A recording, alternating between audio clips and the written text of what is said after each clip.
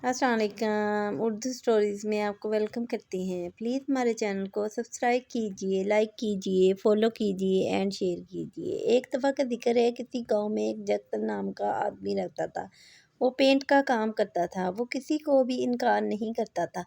वो हर वक्त पेंट में लगा रहता था। वो बहुत कम दामों में पेंट करता था। एक दफ़ा एक खतून उसके पास आई और उसने आकर कहा, मुझे तुमसे अपना पिंजरा पेंट करवाना है।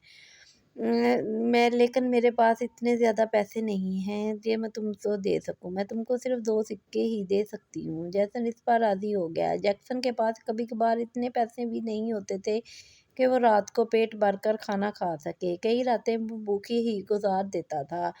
जैक्सन सुबह सवेरे उठा और उसने पेंट ले जाकर उस औरत के पिंजरे में पेंट करने का सोचा। औरत ने कहा, मुझे पता है ये पैसे बहुत कम हैं, लेकिन अगर मेरे पास इतने ही हैं, अगर मैं इसको पेंट नहीं करवाऊंगी तो इसमें जंग लग जाएगा। इसके बाद मुझे इसके और ज़्यादा पैसे देने पड़ेंगे।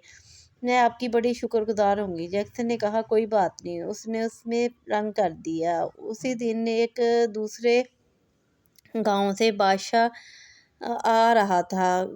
उसने बादशाह ने आते ही जैक्सन को बुलावा भेजा कि जाओ जैक्सन को, क्योंकि कॉलर वाला वही था गांव में, जैक्सन को बुला कर लाओ। जैक्सन के पास जब वो बुलावा आया तो जैक्सन बड़ा खुश हुआ। उसने सोचा, अब चलो कुछ रोजी रोटी का रब ने इंतज़ाम कर दिया। जैक्सन उसके पास कलर करने के लिए हामी भर ली और बादशाह की बात सुनने के लिए चला गया, क्योंकि उसे पता है वहाँ कलर का काम ही होगा। और तो वो कोई काम जानता नहीं था। वो निकला तो रास्ते में उसका एक दोस्त मिला। उसने कहा, तुम बादशाह के पास जा रहे हो तो उनसे 500 सिक्के मांगना सोने के। उसने कहा, नहीं, मैं ऐसा नहीं कर सकता, मैं सबसे एक जैसा दाम लूँगा। वो बादशाह के पास पहुँचा तो उसने बादशाह ने कहा, मुझे अपनी कश्ती को पेंट करवानी है, लेकिन तुम कितने पैसे लोगे? अपने दाम तो बता दो। उसने कहा, मैं आपसे चाँद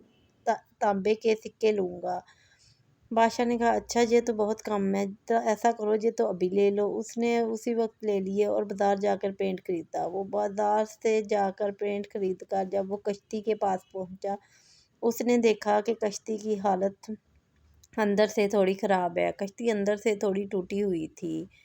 उसने जैसे ही कश्ती टूटी हुई देखी, उसने कहा, पहले इसकी मरम्मत कर देता हूँ, फिर उसके बाद ही पेंट शुरू करूँगा। उसने पहले अंदर वाले हिस्से की मरम्मत की और उसके बाद पेंट करना शुरू कर दिया। जब उसने पूरी कश्ती पेंट कर ली तो रात के वक्त फिर काम करते करते उसको रात हो गई। उसने ज़रा भी इसके लिए रेस्ट नहीं किया था। बादशाह आया तो उसने कश्ती देखी तो बहुत खुश हुआ। बादशाह ने अपनी फैमिली को दूसरे गांव सफ़र के लिए रवाना कर दिया, उसी कश्ती में दूसरे मल्ला के साथ। लेकिन जिस मल्ला को ये कश्ती चलाता था वो उस वक्त वहाँ नहीं था। दूसरे दिन वो मल्ला, उसी दिन थोड़ी देर बाद ही वो मल्ला वहाँ आया और उसने देखा कि बादशाह सामत वहाँ खड़े हैं। उन्होंने कहा, आप तो 1 हफ़्ते बाद आने वाले थे। उन्होंने कहा, हाँ, मैं 1 हफ़्ते बाद आने वाला था, लेकिन मैं आज ही आ गया। मेरी फैमिली ने बुलाया है ताकि मैं गांव का मायना कर सकूं। उन्होंने कहा, अच्छा, वो कश्ती में कैसे गए? कश्ती तो टूटी हुई थी। बादशाह ये सुनकर परेशान हो गया। वो उस मल्ला के साथ फौरन